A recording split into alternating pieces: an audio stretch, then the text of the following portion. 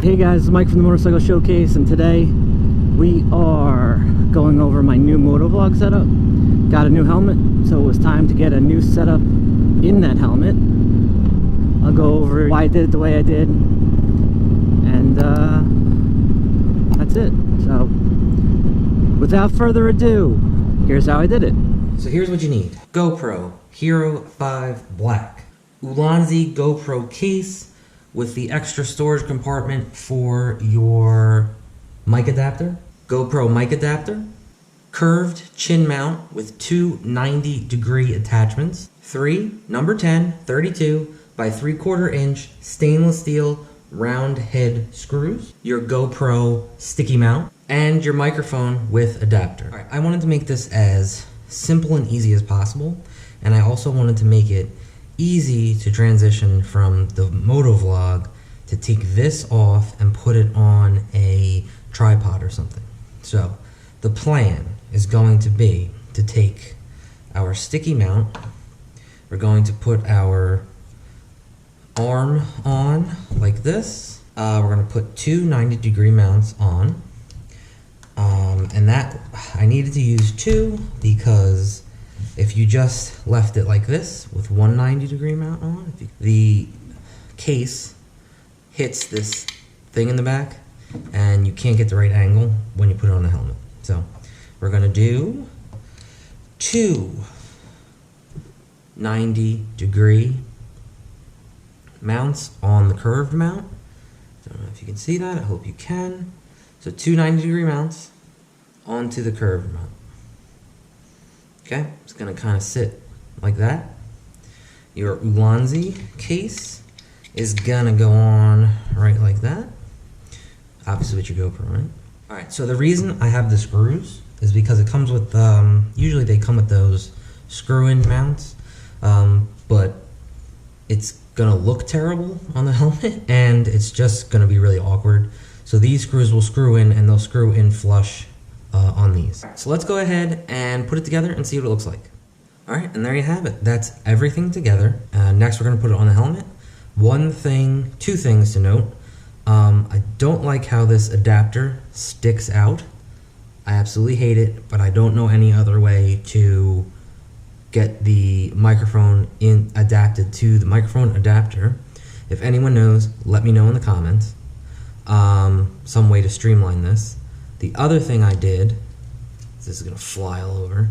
The other thing I did was I put, I don't know if you can see it. So I put, see that thumb screw? So I put that thumb screw in.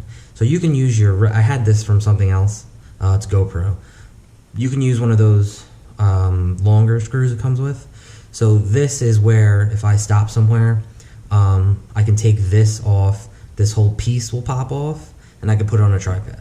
Tripod? So I can put it on a tripod. So that's why I put the thumb screw there instead of the actual screws. Alright, let's get it in the helmet. Okay guys, so it's been a couple weeks since I initially installed this. I did some testing with it. So I identified a couple problems with the initial setup that I had, and I'm going to go over how I fixed them. So issue number one, and it was a big one, I had a lot of popping and crackling on the microphone when I was riding, particularly above 30 miles an hour, but it could even happen below 30. It just kind of happens all the time. I couldn't figure out why. So my first attempted fix was to check all of the connections. First thing I did was put the helmet on and recorded and started jiggling all the connections. Everything that could connect. I knocked on the helmet, knocked on the face shield. That wasn't producing the same sound that I was getting while riding. I couldn't figure it out. So next stop was the microphone. I know I said previously in the video that I didn't like how the microphone itself's adapter stuck out, and you'll see it's changed here because I actually ended up changing out the microphone because I thought it might be the microphone that was doing it, and I changed it to a purple Panda microphone. So that was the second attempt to fix the popping. Coincidentally, at the same time I changed the purple Panda microphone, I also decided to close the chin vent. Either it was the combination of both, or it was just closing the chin vent that stopped the popping and crackling. This is what it sounded like before, and this is what it sounds like now.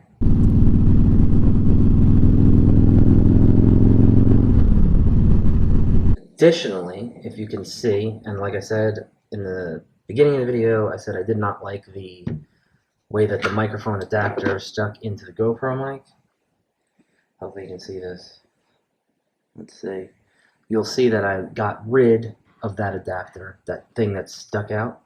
That's because I changed from the solid microphone to the Purple Panda mic.